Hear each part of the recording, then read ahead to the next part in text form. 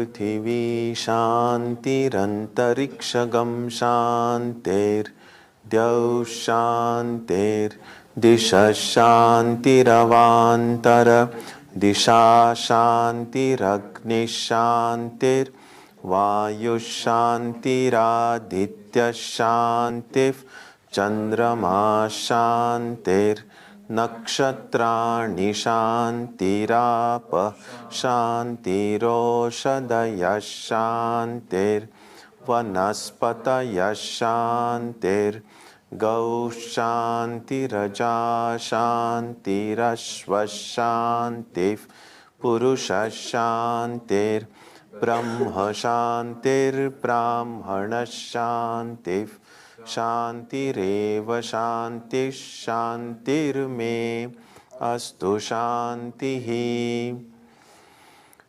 May there be peace on earth and in the sky. May there be peace in the water and in all directions. May there be peace in the plants, in the trees, and in animals. May there be peace in the hearts of all beings. May there be peace in everyone and in everything.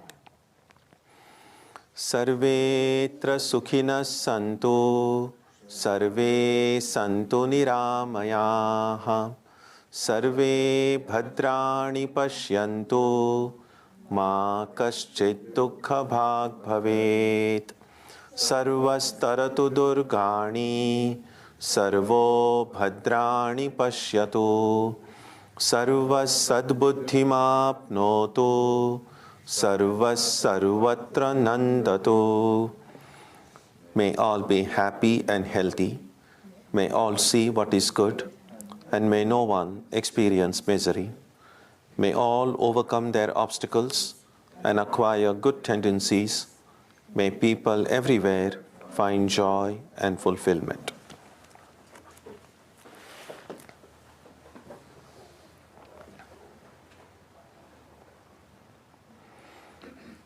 Let us now spend some time touching the center of peace and joy in our hearts. A good way to begin the practice is to withdraw the scattered energies of the mind and bring them to rest on one point.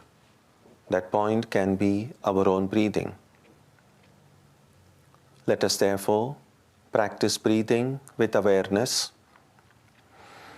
As we breathe in, let us visualize that our body and mind are being filled with love, strength, and compassion. And as we breathe out, let us release all the stress, anxiety, and exhaustion in the body and mind. Let us practice this way for a while.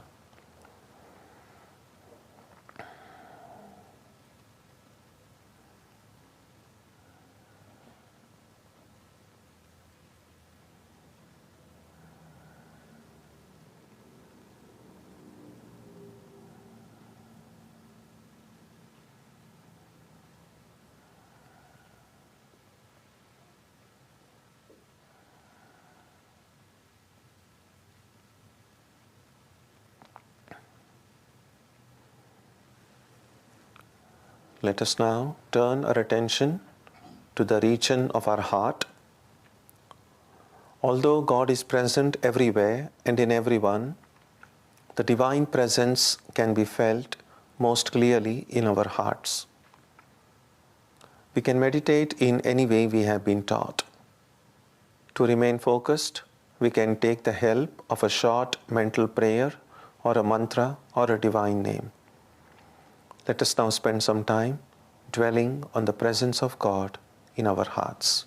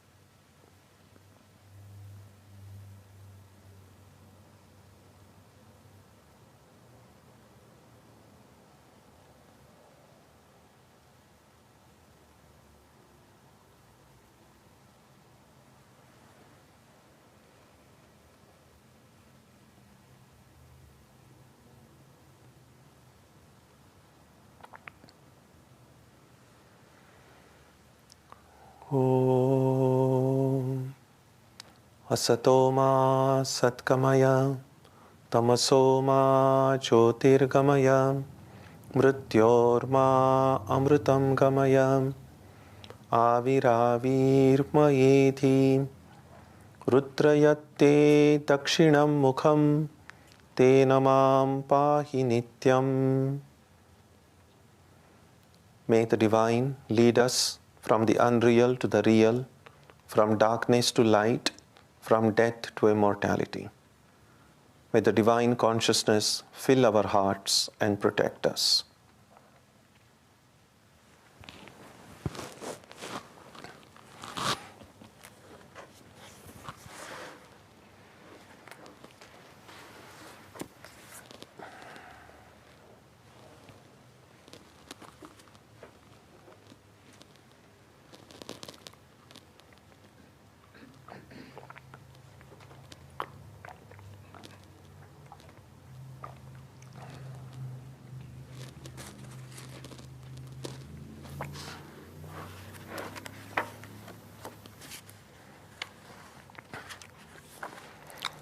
We begin today on verse number 22, that's on page 278.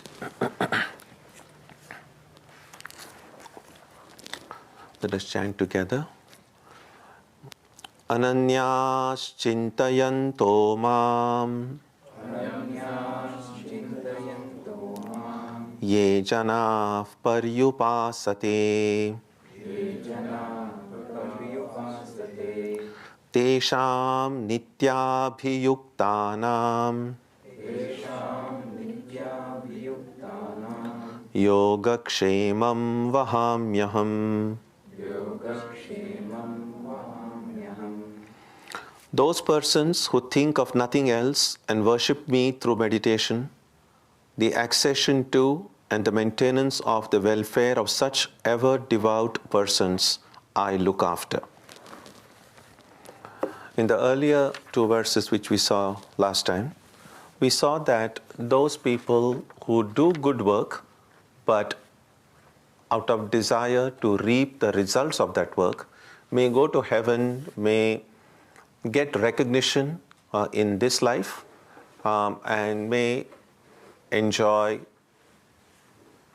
the good results of it in a next life, maybe in heaven or somewhere. But no matter where they enjoy the benefits of their good work, they eventually have to come back.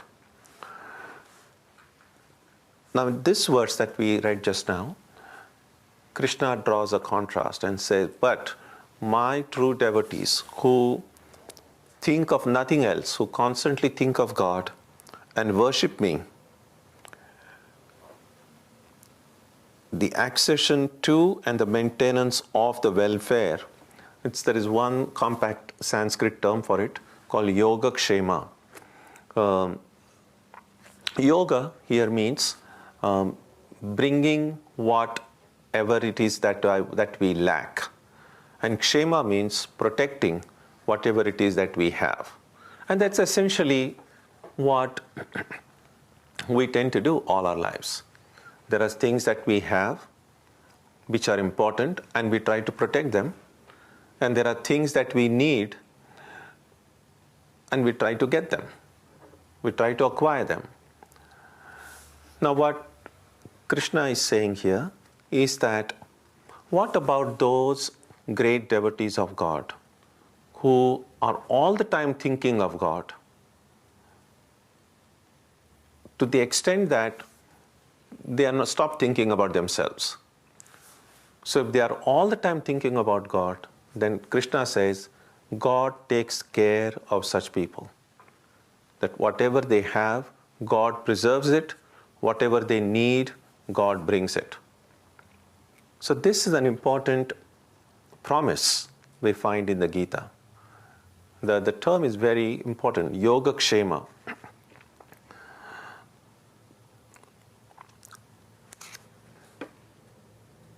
We see that when we need something, devotees of God, we pray to God. Whatever it is that we need, we ask God to give that to us. Oftentimes we see that saints, the great saints and enlightened beings from every tradition, we see that they pray for the welfare of everyone. And oftentimes in the Catholic tradition, for instance, saints are seen as intercessors. They intercede on behalf of people. And so sometimes people offer their prayers through the saints. The idea is that because the saints are closer to God, if they intercede on your behalf, there is a greater chance of your prayer being heard. So that's why we find the adoration and worship of saints in many traditions. The interesting thing is, while we often see these great saints praying for others, we seldom see them praying for themselves. And what Krishna promises here seems to occur in their lives as well. And there are many examples.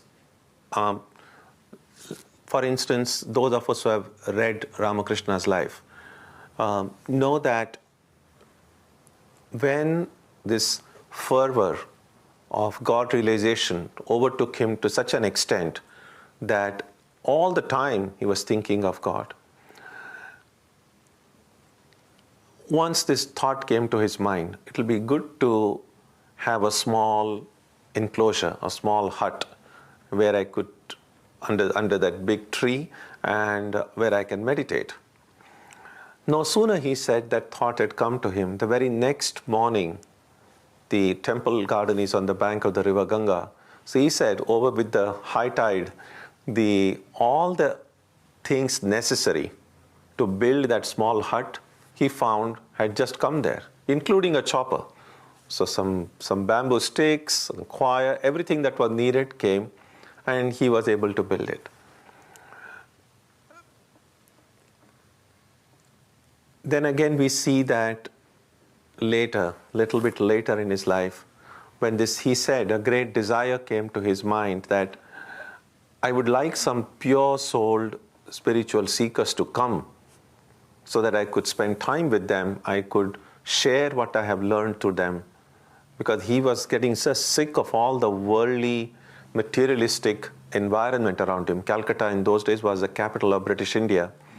And he said no sooner that desire came to his mind, immediately the first generation of these great monastic disciples, including Vivekananda and others, they were all young university students then, they gradually began to come. So just a thought in his mind was enough for the fulfillment of that wish. Somehow, some mysterious power behind this universe, and devotees see that mysterious power as God, brought whatever Ramakrishna needed.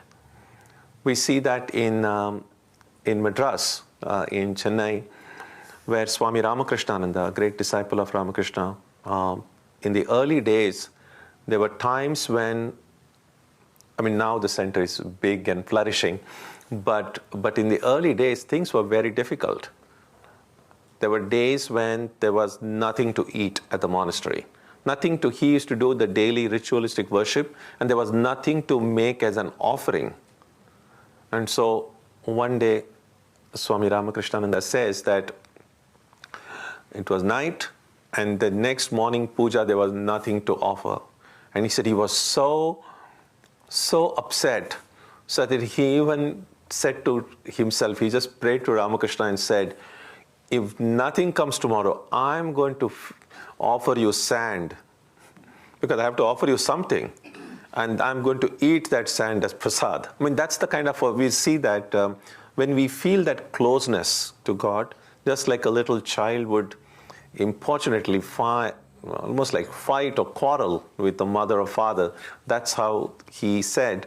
And then the very next morning, early in the morning, at the doorstep, a total stranger appeared with a big basket full of fruits and sweets. Now, if these things happen very rarely, we could probably dismiss them as just coincidences. But somehow, not just in the lives of Ramakrishna and disciples, but in the lives of these other disciples, plus also great saints from other traditions, we find these things happening with amazing regularity. And sometimes people just dismiss it as, oh, they're just miracles happening in their life. But there's nothing miraculous. That's exactly what Krishna is describing. That when a devotee of God is completely immersed in the thought of God, God takes the responsibility of such people. Now, when we hear stories like this, and when we compare it with the struggles that we have to go through on a daily basis, then it's natural to feel, oh, how wonderful it will be that one day such a thing will happen in my life also. That whatever I need, God will bring it. Whatever I have, God will preserve it. How wonderful it will be. And we feel when we think like that, but of course, who knows when such a day will come. Even if we trust it will come, until such time comes, I still have to take care of myself. So I have to take care of myself until God begins to take care of me. I think that's a problem there. The question is this: will God begin to take care of me when I stop taking care of myself, or will I stop taking care of myself when God begins taking care of me? I mean, what comes first?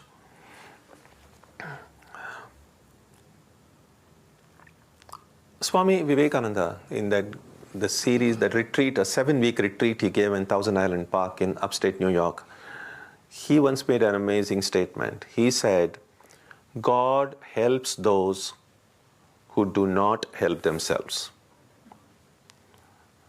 And kind of makes sense. If I feel that I have to take care of something, then why would God interfere? Because I feel, well, I need to do it, then God says, well, if you need to do it, then you do it. Then I don't want to poke my nose in your affairs. So it kind of makes sense that so long as my ego, feels responsible, God is not going to interfere in that process. But we also realize deep down the truth of the statement, and something that many of us have heard from childhood: God helps those who help themselves. That unless we begin to take care of ourselves, why will God come and help some lazy people who don't want to do anything? And so that's a dilemma. God helps those who help themselves, and God helps those who do not help themselves. Now, if you put these two statements together, we either end up with either God helps everybody, because people are either helping themselves or not helping themselves. So God helps everyone, or God helps no one. Now, it's a good thought that God helps everyone, of course, as we popularly recognize the presence of God to be God as a father, God as a mother, God as a protector, and that we are all God's children. It's no surprise that God will take care of us. So it's a good and comforting thought, but something that might go against our own experience, because we see in the world around, it doesn't feel like God is taking care of everyone, or at least not taking care of everyone equally. God seems to be taking care of some people more than some other people. And so, if God is helping everyone, the help doesn't seem to be equal. What do we do then? How do we understand this? One way would be to say that, well, those who are good, God, or those who are devotees, as he says here, God takes care of his devotees. God takes care of them who pray to him, who do worship him, who adore him, and God doesn't much take care of others. Which kind of makes God a little bit partial. I mean, of course, it seems a very human trait. If someone loves you and praises you and takes care of you, you are ready to do anything for that person. But if someone doesn't care for you, then why would you care for them? So is God pretty much a human in a sense that, well, if you worship me, I'll do anything for you. If you don't worship me, I don't do anything for you. That goes against our thought of God as loving all equally.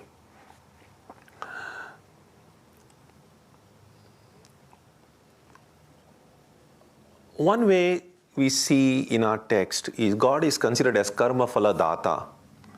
God gives us everything according to the karma that we do. So we reap the results of our own actions. In that sense, we are the creators of our own destiny. We create our own future. Well, if that happens, then we really don't seem to need God much, because I build my own future. The other option, of course, is that, well, God doesn't interfere at all in human affairs. He doesn't help anyone. You're pretty much on your own. But that somehow then again goes against our idea about God as the protector. I mean, if God doesn't do anything at all, then why do we even need God? So you see, I mean, I mention all these different ways of looking to see that when you begin to look at these ideas deeply and start asking questions, the picture is not that simple. If you just simply read this verse, it sounds great. Oh, so those who pray to God and worship God constantly, God takes care of them. Seems fine. But the moment you pause and start analyzing what this means, a lot of questions come. There is, in fact, a verse in the Gita, and so I have quoted that on some earlier occasions. It goes like this: Nadate kasyachit papam nachaiva sukritam vibhuhu ajnanena avritam jnanam tena muhyanti jantavaha. Krishna says, Na adate kasyachit papam. Kasyachit papam, I do not accept the papa of anybody. Na chaiva sukritam vibhuhu. Sukritam means punyam. So I don't accept the meritorious deeds of anybody, nor the mistakes of anybody. I don't accept anything. Even if you offer me your punya, I don't want it. Even if you offer me all the terrible things you have done, I'm not going to take it. Then what's happening? And then second line says, Ajnanena avritam jnanam. Jnana, knowledge, is covered by ignorance. Tena muhyanti jantavaha. That is why people are deluded.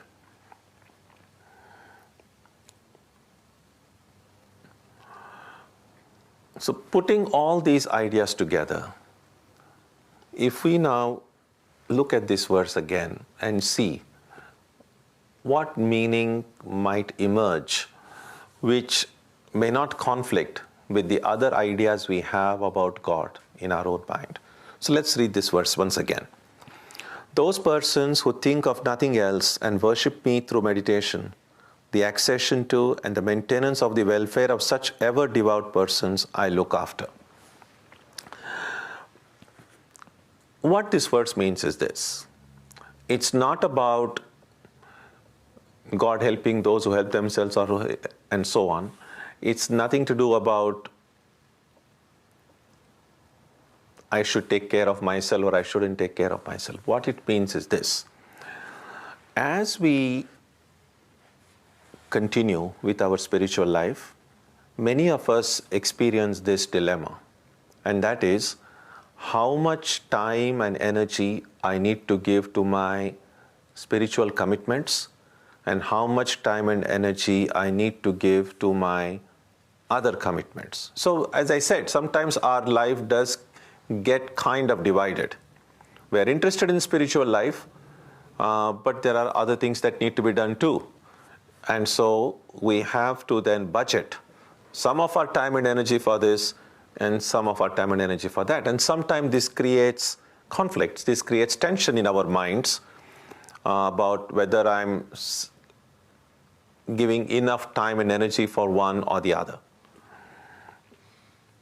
Now what this verse points out is that sometimes we may apply brakes, so to speak, in our spiritual life, thinking, oh, it's like, sometimes you do hear people say that also. It's like this, oh, I would like to spend a lot of time in meditation. I would really like to just give myself wholly to spiritual life, but I have other things to do.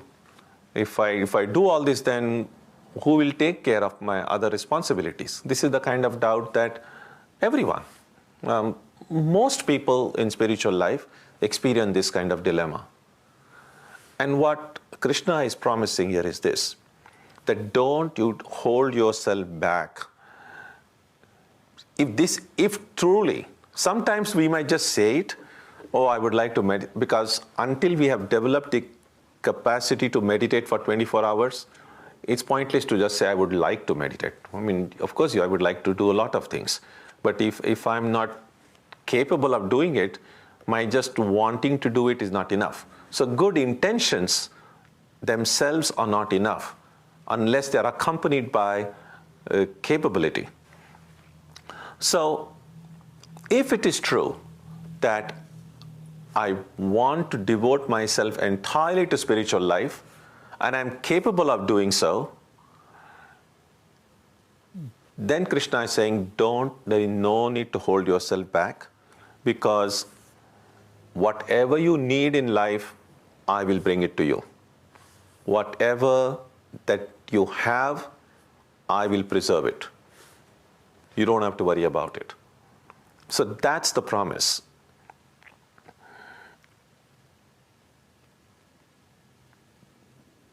So Yogakshema, as a promise of the Lord in the Gita, means that all that I need to do is this. Everything that happens in the world, as far as the Gita, the framework that Gita presents is that everything happens to the power of God. And the power of God is the Shakti, the Prakriti. So the nature, this whole forces of nature in the world, they act through divine guidance, through divine power. And everything is happening around us.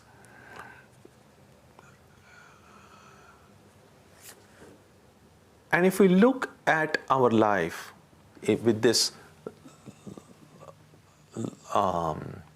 we spoke about stepping back last Sunday. So if we just step back and just look at it objectively, but what exactly is happening in our lives? What is exactly happening in the life of anyone? Essentially this. There are things that come to us from nature, and there are things that we are contributing to nature. That's essentially it.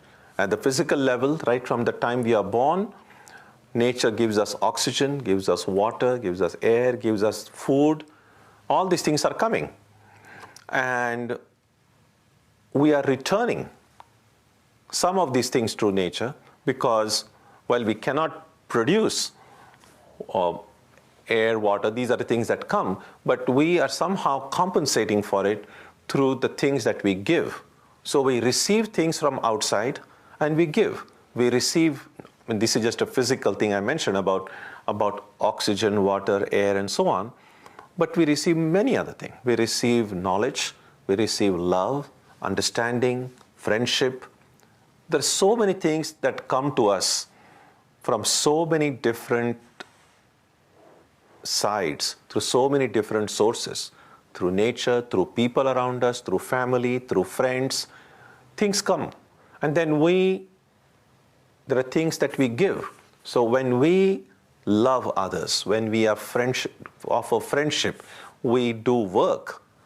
So through our work, through our creative contribution to life, we are giving to life. So we are receiving things from the world and we are contributing things to the world. Now, in between this process, so this is like, well, everything is coming and entering here from outside, physical, emotional, thoughts, ideas, knowledge, everything is coming.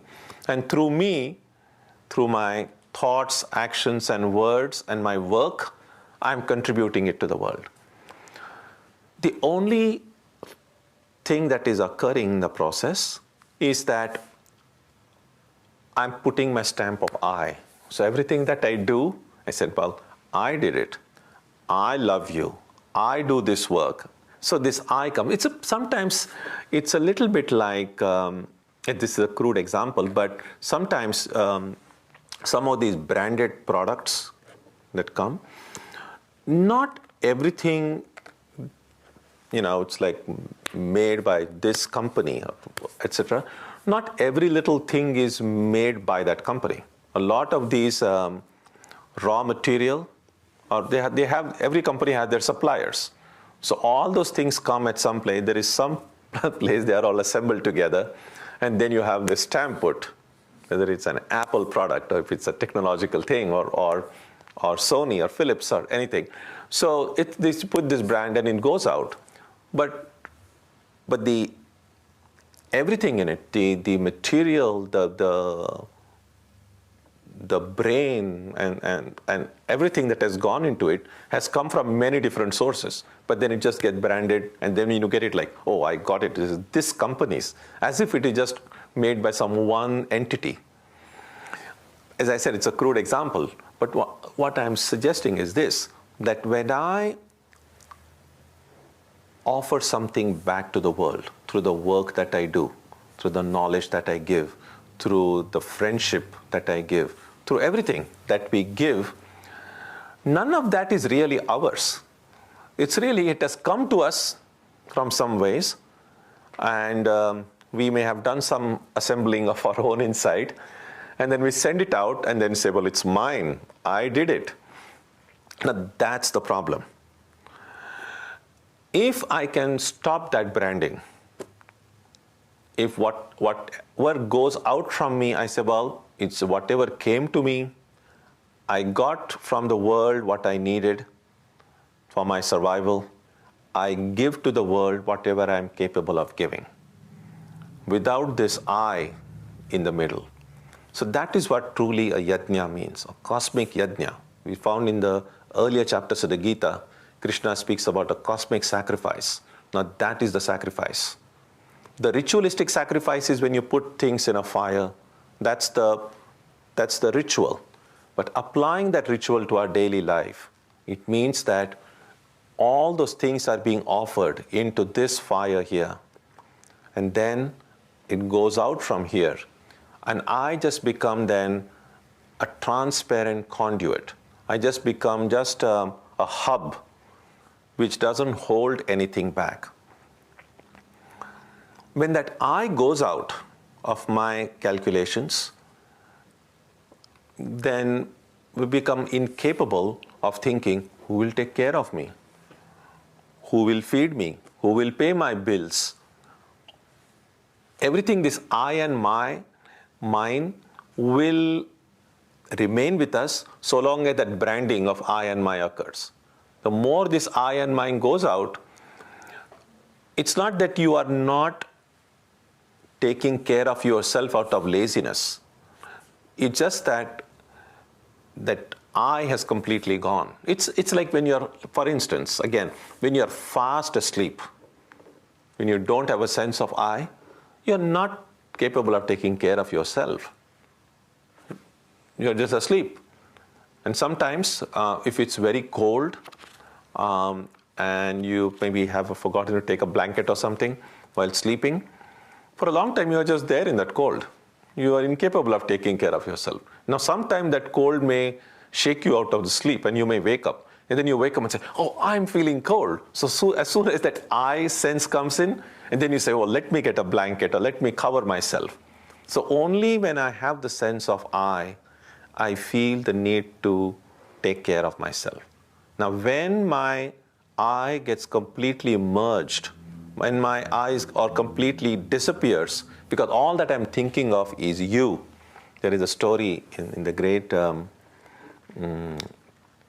of the great Sikh teachers, Guru Nanak. In his life, one beautiful story is there. So he, as a young man once, he was so he was so much in love with God. His heart was so filled with God's love that he became incapable of doing anything. And of course, the family was like, do something, you're grown up now, go and work. And so he goes, and then there is a story which says that the harvest had just come in, and there was a need to measure how much grain there was in that thing. And so he was employed on one farm, and he had to there was this heap of grain, and just take this huge one container and pour it one side, and then count how many containers. They wanted to measure how much grain there was. And so he started counting, and in Hindi, so the numbers are like, when you say 1, 2, 3, so it's like ek, do, teen. And when the name 13 came, 13 in Hindi means tera. But tera also means yours. And because his mind was always filled with God, when it came to 13, it's like, yours. And then he just thought of God, and he said, yours. It's like, God, everything is yours. So the whole heap was just only 13, this thing. And then, of course, his boss saw it and said, okay, go home, sorry. So again, he was incapable of taking care of himself. But you see, today, centuries later, we remember him because he lacked nothing. God, that is a yoga kshema that occurred in his life. So, and that is what selflessness means. The more the I is strong, the less I think about others. And of course, no question of thinking about God. So selfishness and God realization are completely opposed to each other. So the more this little I, Sri Ramakrishna used to call it as unripe I. The more this unripe I, the ego goes out, the more God comes in. And the more the ego goes out, the less I become worried about who will take care of me. And if that worry, who will take care of me, is holding me back, then Krishna says, don't let that hold you back.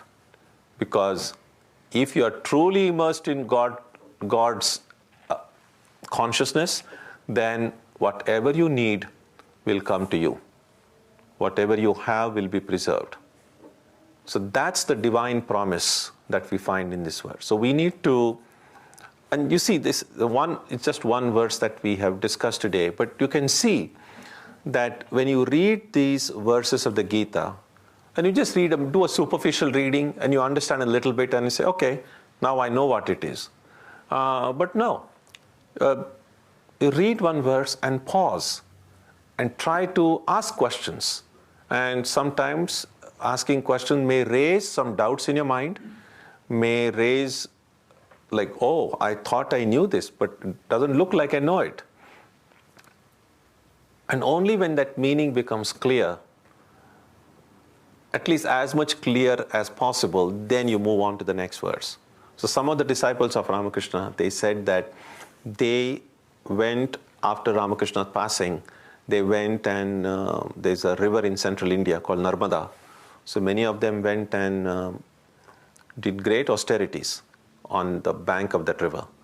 And Swami Tyagananda was one great disciple. So he used to take these Vedanta texts, and he said he would read a verse and then not go to the next verse. He would just meditate on it, think about it. Only when that meaning became clear, then he move on to the next one. And all of these verses are very interconnected. So there is a gradual progression of thought, progression of idea. So once you understand this verse, then you go to the next one, that becomes a little bit more clear.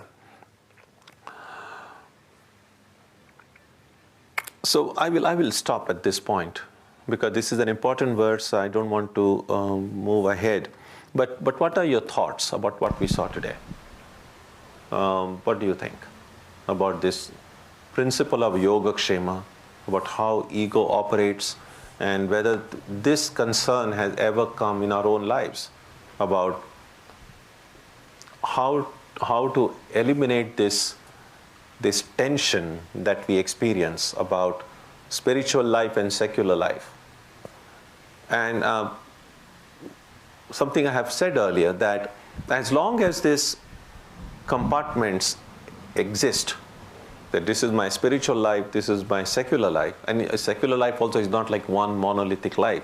We say this is my workplace, this is my family, that's my friend circle, that's my interest in sports, and that's my political activism. So we have these kind of small segments within our lives. And sometimes each of these segments corresponds to a distinct social circle, a distinct social community in which we move.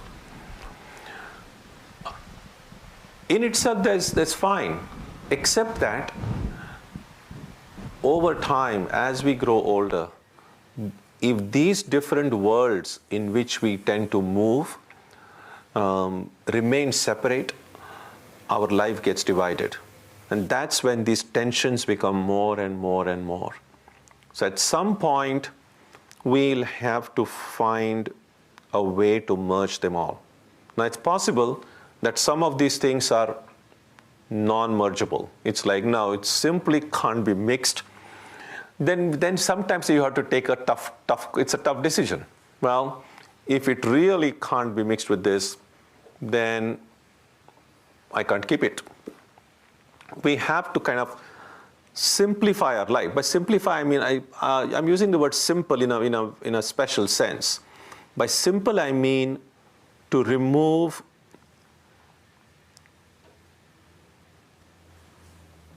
unnecessary, non-essential complications from life, and from a very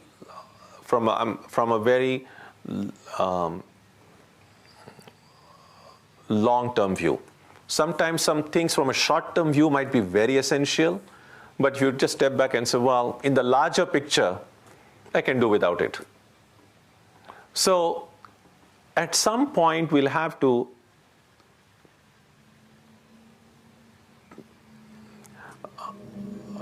let me give an example. Like, how do we simplify our room or our home? When we are young, it seems great to have all. Let me have this. Let me buy these apps. Let me get these gadgets. Let me have. So we feel the more we have, the happier we will be. But slowly, sooner or later, and hopefully it is sooner rather than later, we suddenly begin to see that too many things doesn't automatically mean more happiness. So more things doesn't automatically mean more happiness. And so at some stage in life, when we begin to look around our home, begin to look around our room and say, now it's become too crowded. There's just too many things. And there are things at home which I may not have even touched for a year. There are clothes I might have which I may not have worn for the last 2 years. And then at some point you have to say, is it serving any purpose at all? And it doesn't happen in everyone's case, but many people then begin to see, let me try to simplify things a little bit. Let me try to, and to whatever extent you do some cleaning of your home or your room, invariably, all of us have felt a little better. You feel a little good after things are cleaned a little bit. Now that thing should be done inside also, because over time, lots of ideas, lots of hopes, we think, I need this, I want to do this. And at some point you have to say, okay, let me now clean the stuff within me. And exactly you'll have the same experience, perhaps a greater joy when you begin to realize, okay, I have interest in this thing, but in the larger picture, I can do without it. And then suddenly you begin to see that you'll be able to reclaim some precious time and energy from your own life, which was going into things that really didn't matter. And the more then we begin to focus on the essentials of life, we begin to already experience more happiness. And what Krishna is saying here is, a stage might reach in the case of some people for whom, when they start this house cleaning, the only thing that remains might be God. If that happens, and it's a big if that happens, I don't have to worry. God takes, when that happens, I will take care of everything. Okay. Now, if you have any thoughts, comments, questions, feel free. Yes. My name is Sanjay. Swamiji, thank you very much for throwing light on this very important topic. One question came to my mind, and with your permission, I'll tell you the question. Krishna himself performed his duty of mentorship and guiding while in Mahabharata, and also gave us this great Bhagavad Gita. And he was a God himself. So my question in my mind is how to perform like Krishna. He performed his duties and he was a God also. So how do I perform my duties at the same time remain one with God? Okay, good. Thank you. Good question. First of all, what Krishna did was not his duty. I mean, who gave him that duty? So it was not his duty. So doing something out of duty is good, but doing something out of love is better. Because duty somehow makes us feel, oh, I've got to do, it's my duty. There's a kind of a hint there that if I had any choice, I would rather not do it. But what to do? It's my duty. Now, that's not the way Krishna did. So Krishna did everything out of freedom. He did out of love. So everything that we do with the sense of duty is still a slave's work. It's still that there is either something pushing me from behind to do it, or there is expectation of others around me that I do it. So we are being pulled and we are being pushed. And if I'm just being pulled or pushed, I'm not free. And so the whole idea about karma yoga is that I need to do the right thing, I need to do the good thing, but not simply because it's my duty. But oftentimes, this is not to say doing things out of duty is bad, obviously. Doing things out of duty is good, but there is a higher way to do it.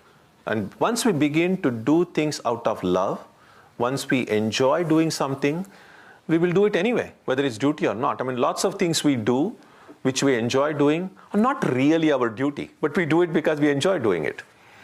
And so, the more we enjoy doing whatever it is that we are doing, then the idea of duty will fall away by itself.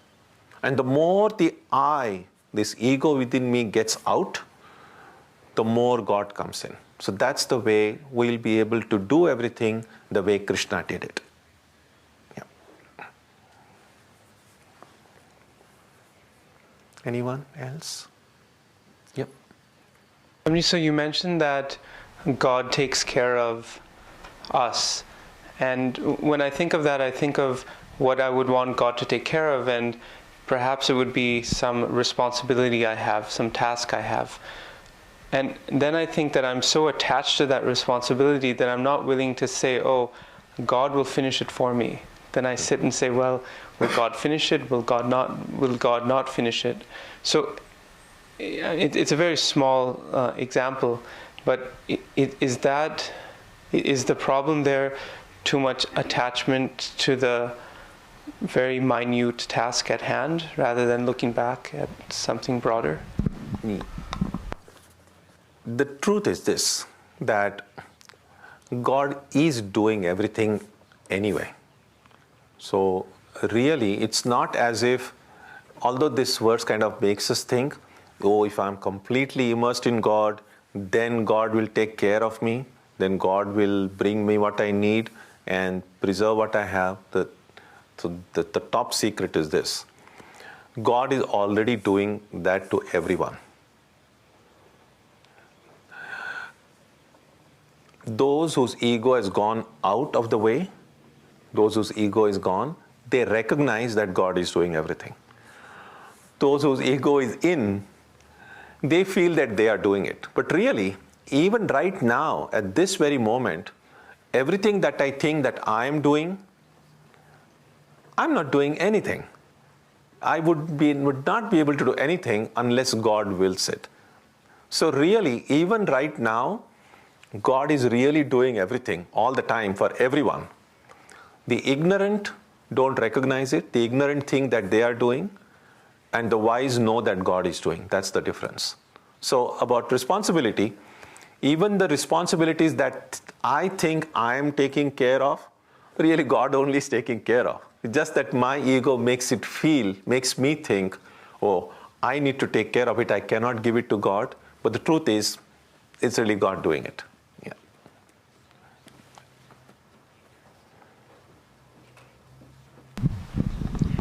So, question you asked us that we are juggling, and we think that how we will spend our time in meditation or spiritual because we have a lot of work to do. So this kind of also mind is coming all doing God, because if you see it, that we are nobody, we are just a part of God's play. Even we are thinking that we can't spend time in the spiritual path because we have work to do, we have to pay our bills, so we have to go to work, and every day we are struggling in spiritual path. So this struggle is also part of God's play? Everything is God's play. God alone exists, so everything is really God. This thing. So the thing is, God alone exists, but this particular thing, this particular entity, I begin to say this is me. And then everything other than me becomes the world. And then something beyond this becomes God. So I've already kind of divided the oneness of existence into me, the not me, and then God.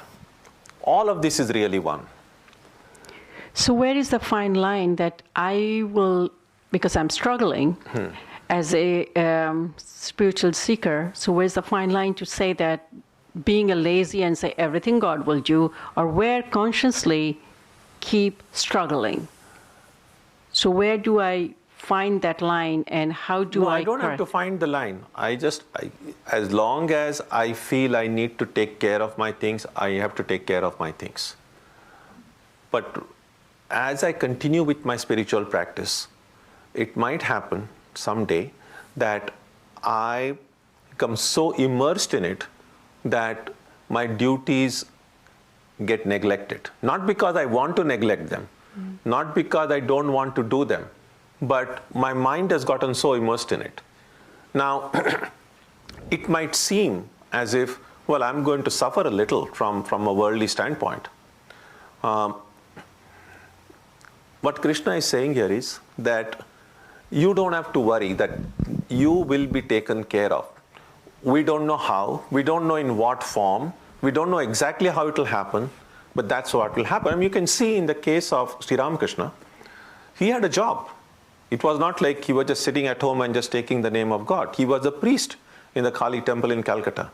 He used to draw a monthly salary. The documents are still there when he has signed on his monthly salary. He could sign. He wasn't totally illiterate. He could sign his name. So he was employed. He was doing a job. But then, and he was doing his job very well. Was a very good priest. But as his love for God increased so much that we read in his life that when he, as a part of his duty, one was to go and pick flowers for the worship. So one day he goes in the morning, and the moment he wants to pick a flower from a plant, he had a mystic vision that this whole world is the altar, and this cosmic divine being is already being worshipped there. And he's beginning to see the plant itself as conscious. So just like you wouldn't want to kind of twist someone's hand, so he says plucking a flower would be, and he was unable to do his duty. He was unable to, he used to follow all the specific rituals involved. But his mind became so immersed in it that when the food offering had to be done in the shrine, at that moment a cat was passing by. And he saw the Divine Mother not just in the image in front, but in the cat. And he went and started feeding the cat. It's outrageous from a worldly point. And he wasn't doing it intentionally, but he just saw, he saw the presence of God in everything and everywhere at all time. He became incapable of carrying out his job, of carrying out his duties. And we see that God took care of him, right? Yes, so that's how it is, yeah. Swamiji, when we think of God, in my case, I like to conceive of God in different ways. Sometimes it's, maybe just the sound of the birds. Sometimes it might be just being the breath or the present moment, or sometimes it's even a deity of some kind. How important is it to have one conception of God or Ishta, as we say, in trying to keep this focus? Does it matter that it changes? The thing is this, if that helps you remain focused on God, if you see that, because God is one, we may not know exactly in our present state who or what exactly God is, but if you are able to feel the presence of God in these different entities, and it still feel, well, that's God coming to you through the fluttering of the bird's wings, God's presence being felt through the breath. Well, it's God's presence appearing in these different forms. So it is really one that you're seeing, just not necessarily in one specific way. And if it helps you, so be it. That's fine. That's fine. So there is no like a rigid rule that it has to be one. But it's also true that many people have found it beneficial to visualize God in one specific way. And their vision, if it remains limited to that one way of thinking God, then it's a problem. But the idea is that that Ishta, the chosen deity, becomes the window through which then all the distractions of the mind are taken care of, because everything gets focused on that one ideal. And then through that ideal, you enter into this vast, unknown, transcendent being of God, which is beyond all form, beyond all sound, beyond everything. So some people might find it beneficial to go through that one window. Some people might find a different way of doing it. There is no one strict method for everybody. So it will vary from person to person.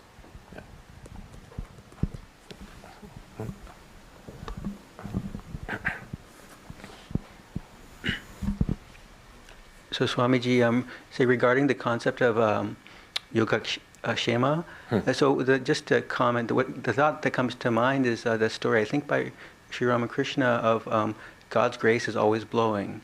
And so, if you just unfurl the sails, then you'll be taken by the wind. But then for the people who haven't reached that point, then they have to work to unfurl uncurl the sails. So excellent. That's what comes to mind, yeah. Perfect. You mentioned the perfect example. That's exactly it is. So once God's breeze starts taking that boat, then you don't have to do anything.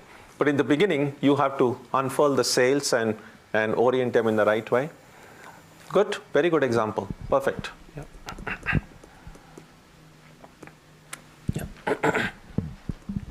Well, you mentioned God doesn't help those who don't help themselves, and then God helps those who help themselves. I've also heard God helps God. Well, that's true. I mean, God alone exists. So ultimately, the knowing God helps the ignorant God. If you like it. Yeah, I mean, ultimately, since everything is one, because we when we say God helps others, we are kind of assuming duality, diversity, but ultimately it's all one. So yes, God helps God. It's like once Sri Ramakrishna said, because there is the idea of God as a child, just playing. So that's why Leela, the term Leela, means it's the play of God. So once Sri Ramakrishna was mentioning about, it's all a play of God. And then one of the devotees was passing through a really rough patch. And he says, God is playing and we are suffering here. And then Sri Ramakrishna says, but who are you? You see, in that framework, God is a divine child playing by himself on this infinite expanse of this existence. God alone exists. So if anyone is suffering, God is suffering. But the moment I feel like, well, God is playing, I am suffering, I've already separated myself from that duality. Already my ego, my I, has separated me from that infinite being. And that's why I suffer. The moment this I goes out, well, it's just God's play. So the idea that it's God's play may not be appealing when I'm like, I'm suffering and God is playing. It wouldn't make sense. So the Leela is not a very easy idea to apply all the time. And when everything is fine, it just seems like, oh, it's all a play of the divine. Kind of sounds good. But that analogy really can be really tough when things are not good. Yeah. Yeah. Okay, so we will stop here today. So I would encourage you to think a little bit more about Yogakshema and see what kind of ideas come. And the more you think about it, you'll see a greater clarity that will appear. So next week when we meet, we will begin with verse number 23. Om Jananim Saradam Devim Ramakrishnam Jagadgurum Padapadme Tayo Shritva Pranamami Muhur Muhu. We bow down to Sri Ramakrishna and Holy Mother.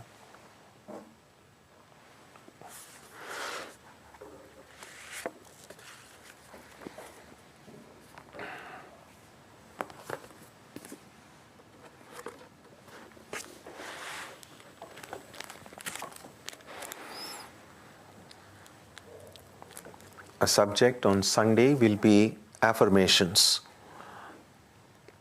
Next Wednesday, we'll continue with the study of the Gita. And on Tuesday and Saturday, our Arati and meditation will also continue as usual at 6 o'clock. So you're welcome for all of these programs.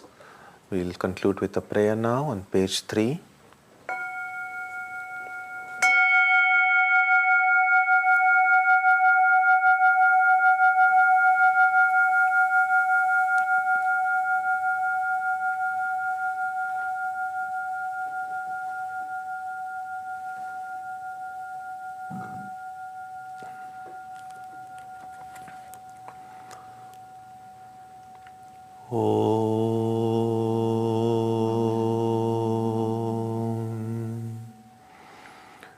May the Divine Being, who is the Father in heaven of the Christians, Holy One of the Jewish faith, Allah of the Muslims, Buddha of the Buddhists, Tao of the Taoists, Ahura Mazda of the Zoroastrians, the Great Spirit of the Native Americans, and Brahman of the Hindus, lead us from the unreal to the real, from darkness to light, from death to immortality.